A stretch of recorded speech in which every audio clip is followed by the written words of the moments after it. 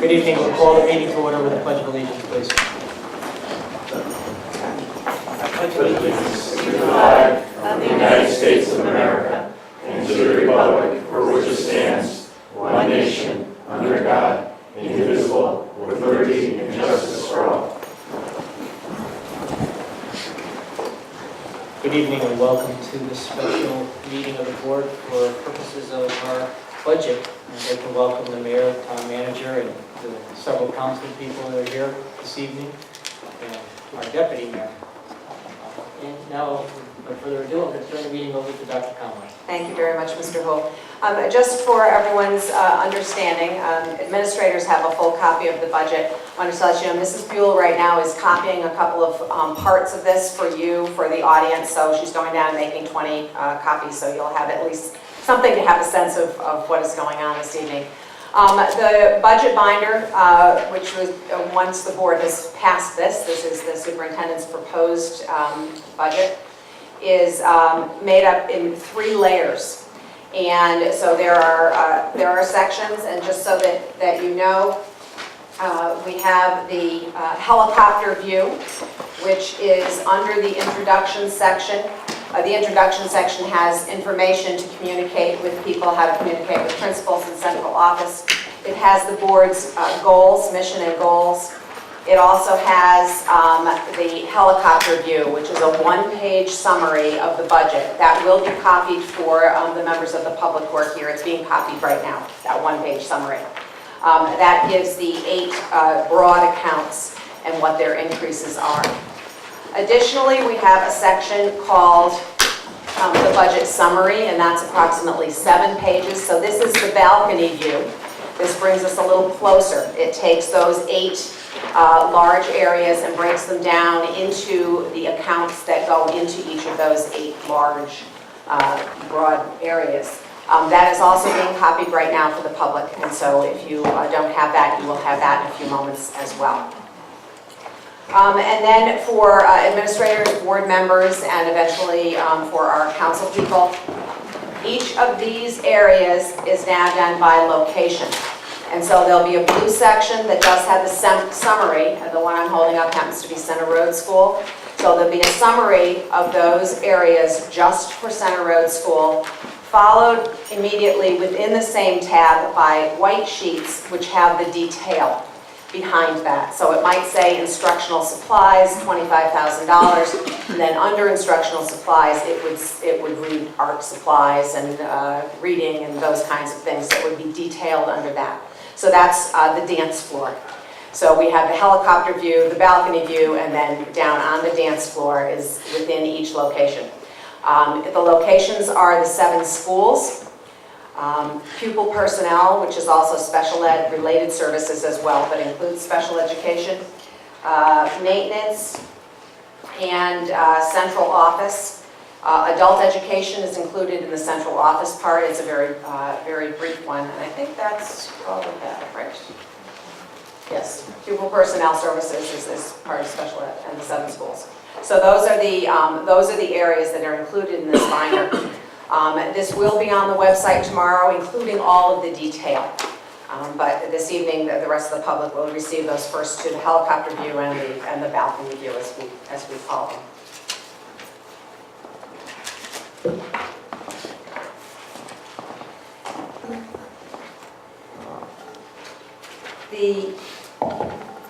The administrators received requests from teachers, department heads, curriculum leaders, brought those requests to central office, and we pulled together this budget. So I'm going to give you an overview of the budget.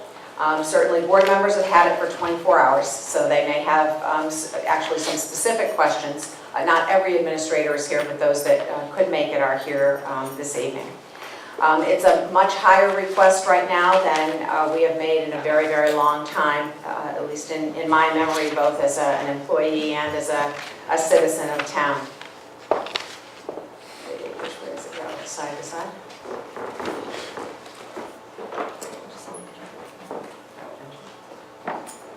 It's working.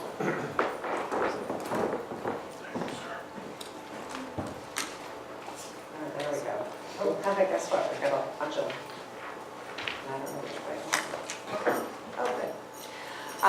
So we have our, the people, and this will be certainly for the public and the elected officials who are here, our Board of Education Chairperson, Dean Houle, and Ann Fisher is the chair of the Budget Steering and Finance Committee. That has since changed. We have the Budget Steering Committee as a committee of the whole. The board just changed that policy, and that's what we're meeting here now. And then we also have a smaller subcommittee that is just the Finance Committee. They actually will have a meeting on Monday night at 6 o'clock. And Mrs. Fisher is the chair of the Finance Committee. The board determined their goals and their mission statement a while ago. Those rarely change. Sometimes they do, maybe every 10 years. It's rare to fine-tune them every single year because generally they're broad goals and they are high-reaching. So you can see the three goals match up with the mission statement. They are about improving relationships and partnerships with families and community, increasing the achievement of every child, and providing safe environments for our students to learn in that are socially, emotionally, and physically conducive to learning. The board also determined this fall that there were going to be priorities that they wanted to see in this budget, and you will see them in the budget. I'll show you these in a minute, and they were twofold. One is to extend the school day and the school year to provide opportunities for students to continuously learn. And the other is to implement full-day kindergarten. Our district did have that many years ago, and because of budget reductions, cut that out. There are districts in the state that are increasing that opportunity for students and having all-day kindergarten. We do not have all-day preschool or full preschool, universal preschool. So this is a picture of our funding over the last 4 years. In 2009, we received just about $15 million in education cost share from the state. That's money that comes through from the state that is kind of passed through, comes to the town and is passed through to support the education budget. In 2010-11, we received just over $15 million. In 2011-12, it was 17.5, and we are expecting over 18 million in the current school year. That can always be changed with rescissions. I'm not sure where we are on a day-by-day basis, but we are expecting over 18 million. Our approved budget, as you see, was 45.8, 47.5.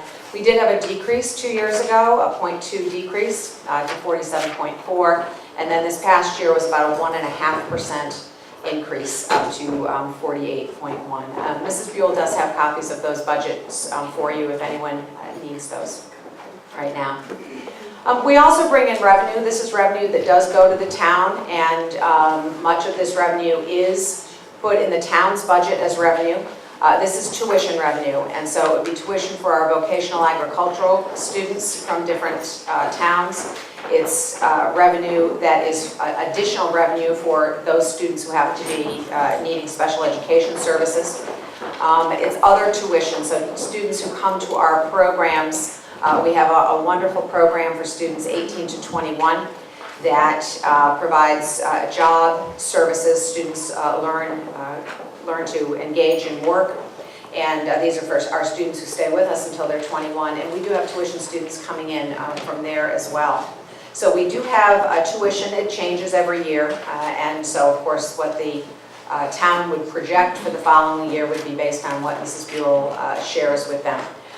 This year's we don't know what the revenue is really until the end of the year. We just know the projected, and that's why there's a space there. And then Mr. Griffin has been looking at our grants. Every fall he gives us a report on the previous year. So we have the reports on the previous years and the reports on the grants we had this year ready to go. You can see that we went from 4.8 to 5.1 and from 2009 to 2010. But then we've dropped precipitously to 3.5 million. This year it's 3.6 million, but remember $671,711 of that is the Alliance District grant. And so that's a grant that certainly we had to write and request, but that's not something, we're going to get it for 5 years, but if we didn't have the Alliance grant, that grant total would be down to $3.1 million. So our grant total that subsidizes our local budget is decreasing, especially if you take that out. This is the way up in the helicopter again.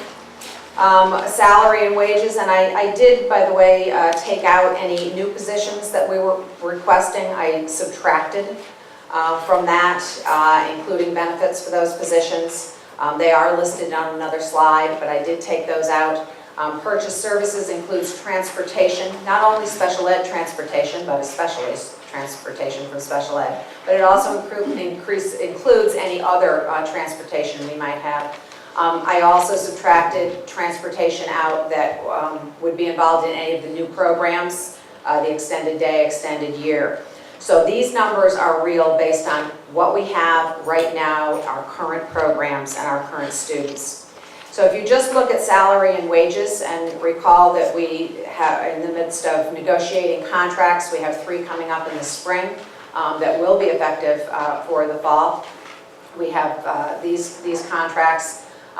We know that the teacher's contract is in its 3rd year, so we'll be negotiating that. The teacher's contract has a 2.9% increase overall. It's a step frozen for next year, so teachers are not moving, but the 2.9% increase is a significant amount of money. The paraprofessionals, I think we were at 2%. The administrators were at 2%. And I'm just mentioning these because they're either higher salaries or a large number of people in those groups. And so that this is just the increase. And this is the percentage of increase over last year's budget is about 1.25%. So just on salary and wages, we're already at 1.26%. We look at benefits. This includes our insurance, medical insurance, prescriptions. It includes pension. It includes unemployment compensation, etc. So any increases there come to $573,000 or a 1.19% increase over the previous year. So that's just benefits. And again, I did subtract out any new programs and any new staffing requests from that. So that's a real number for us. The purchase services, again, are the transportation. They are the tuition. We have students who are outplaced, and some of them in other public schools, other LEAs, local education agencies, and some of them who are outplaced in non-public schools, in special places. Some of these students are placed by the courts, some of them by DCF, some of them by us. And so all of these students, we are responsible for their education. Those go up, and this also includes increase to magnet school tuition in this line item, and you'll see the details in that. So purchase services, transportation, and tuition is going up 2.3%. May I ask what does LEAS stand for? Excuse me? Did I spell something Purchase wrong? services. Yes. What are the purchase services? What does it stand for? LEAS. LEA, Local Education Agency. That would be the town. So we might have a student who's been removed from the town and put in a safe house in Waterford and would be going to the Waterford Public Schools. And we would pay tuition to Waterford. That's a local education agency. Can we ask questions about these particular pages as you go through them for clarification? I don't have a problem with that either, but if there's going to be details, I'll tell you, hang on a second. And so certainly, Okay. that's Mr. Holt. Is that all right? I just want to clarify something that you said, Dr. Conway, that the increase in salary and wages is based on current employees. That is correct. And so help me understand how the teacher contract represents a 2.9% increase, why the percentage increase shown here is 1.26%. Because that's not only the teachers, that's only one piece of wages and salaries. There may be other areas where it's decreased. Okay. There are, teachers, I just highlighted those 3 lines. There are probably 50 lines, maybe even more, in the salaries and wages. So there are reductions in either Yep. salaries or personnel or whatever? Absolutely, absolutely.